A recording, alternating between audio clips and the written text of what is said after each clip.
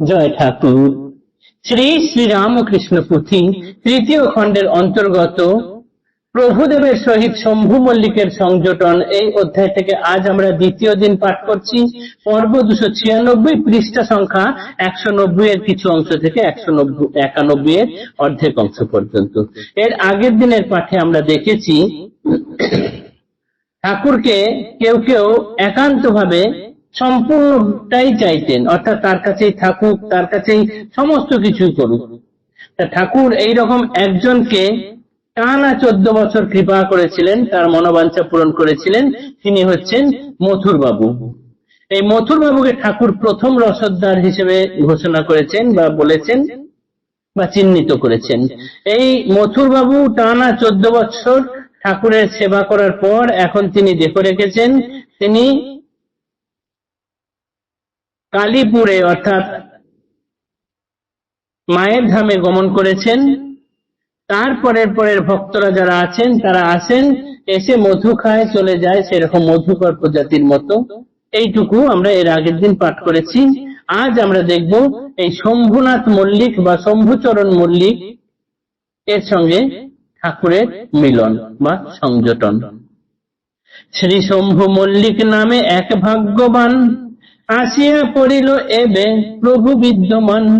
সিন্দুরিয়া পট্টি পল্লী শহর ভিতর, সেইখানে মতিমান মল্লিকের ঘর। ভাগ্যবান যেন তেহ ধনবান তায়, অফিসে মুচ্ছুদ্দি কর্ম বহু টাকা আয়। নানাবিধ গুণরাজি হৃদয়ে বিরাজে, শিক্ষিত সম্ভ্রান্ত মান্য সুজন সমাজে। উদার সরল আচার আর ভক্তিমান, স্বাস্থ্য শূন্য দুঃখী গণে অকাতরে দান। ব্রাহ্ম ধর্ম প্রবর্তিত ধর্ম পথে মতি, সরলতা ভাবে কিছু সাহেব প্রকৃতি। পুরীর অনতি দূরে আছয়ে তাহার, দ্বিতল উদ্যান বাটি অতি চমৎকার। শুভক্ষণে শ্রীপ্রভুর সঙ্গে পরিচয়, ঈশ্বর সম্বন্ধে বহু কথাবার্তা হয়। মন মজানিয়া যেন ঠাকুর গোসাই, ভুবনে এমন আর কেহ কোথা নাই। যেমন যাহার ভাব যেভাবে যে তুষ্ট, যাহার যেমন রুচি যার যাহা মিষ্ট, তাহাই প্রদান প্রভু করিয়া কৌশলে।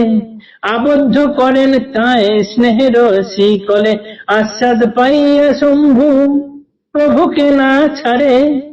বারংবার দেখা শোনা ঘনিষ্ঠতা বাড়ে, প্রভু সঙ্গ গুণ কিবা কহিতে না পারি। অবিদ্যা অনুরাগী আমি আবদ্ধ সংসারী। আধ্যাত্মিকে সমুন্নত মল্লিক যখন, বুঝিতে পারিল মনে মনে বিলক্ষণ। বিশ্বগুরু প্রভু দেবে মনুষ্য আধারে, তাহারই কৃপায় মাত্র মনোবাঞ্ছা পুরে। বসাইয়া গুরু রূপে হৃদ সিংহাসনে, নিযুক্ত হইল শম্ভু প্রভুর সেবনে। মল্লিক পণ্ডিত ভারী বহু আলোচনা, ইংরাজের বাইবেল ভালো করে জানা। প্রভু তার বিপরীত পুরাণের অক্ষর, কি প্রকারে যাবতীয় শাস্ত্রের ভিতর। প্রবেশিয়া সার তত্ত্ব করিলা উদ্ধৃত, দেখিয়া শুনিয়া শম্ভু বিস্ময়ে স্তম্ভিত।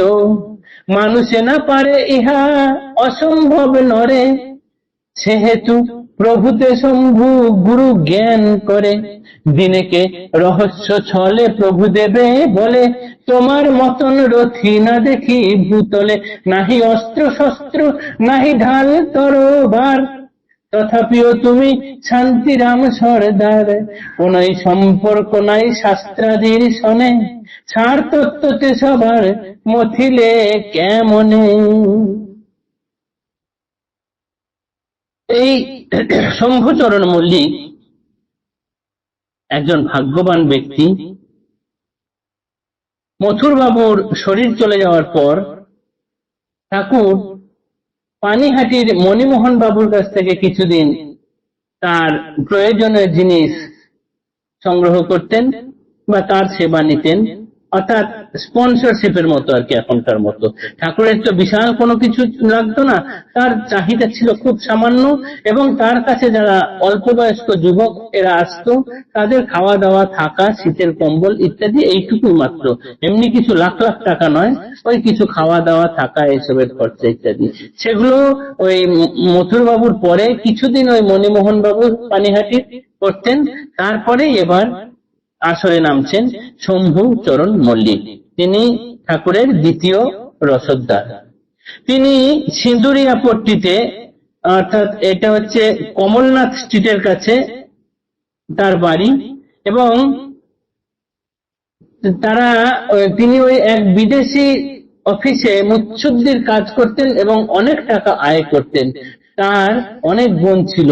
তিনি শিক্ষিত সমাজে খুব মান্যগণ্য ব্যক্তি ছিলেন, উদার ছিলেন, সরল ছিলেন, ভক্তিমান ছিলেন, এবং নিঃস্বার্থভাবে গরিব দুঃখীদের কাছে অকাতরে দান করতেন।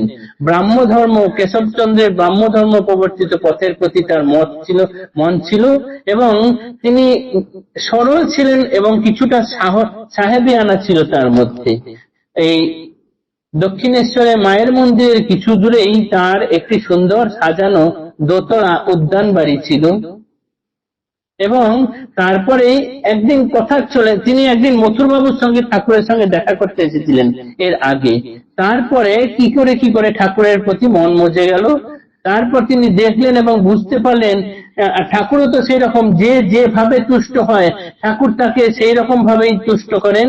যার যেটা রুচিকর, যার যেটা মিষ্টি লাগে, ঠাকুর তাকে সেভাবেই দেন। এটাই তার কৌশল, আর এভাবেই তিনি স্নেহের শিকলে সবাইকে বাঁধেন। এইভাবেই শম্ভুনাথ মল্লিককে তিনি, তার সঙ্গে ঘনিষ্ঠতা বাড়লো, এবং শম্ভু মল্লিক দেখলেন তিনি যথেষ্ট আধ্যাত্মিক ভাবে উন্নত, তিনি ইংরাজি শিক্ষায় শিক্ষিত, বাইবেল পড়তে পারেন। এই রকম মানুষ দেখছেন যে অগাধ পাণ্ডিত্য হওয়ার পর তিনি যা দেখছেন যে একজন নিরক্ষর মানুষ, তথাকথিত শিক্ষা বিদ্যা না থাকলেও তিনি শাস্ত্রের চূড়ায় কি করে বসে থাকেন। যিনি এইরকম পারেন তিনি কোনো স্বাভাবিক মানুষ নন। এই ভেবে তিনি ঠাকুরকে তার গুরু রূপে হৃদয়ে বসিয়েছেন এবং তার সেবায় নিজেকে নিয়োজিত করলেন। একদিন তো তিনি রহস্যচ্ছলে ঠাকুরকে বলেই ফেললেন, আপনার মতো রথী আর দেখিনি কখনো, ঢাল নেই, তরোয়াল নেই, অথচ দেখা যায় বিশাল শান্তিরাম সর্দার হয়ে বসে আছেন। কোনোই সম্পর্ক নেই শাস্ত্র ইত্যাদির সঙ্গে, অথচ সমস্ত শাস্ত্রের সার তত্ত্ব মন্থন করে আপনি নিয়ে কি করে বসে আছেন। এ আমরা কি করে বুঝবো? ঠাকুর কৃপা করো, জয় ঠাকুর।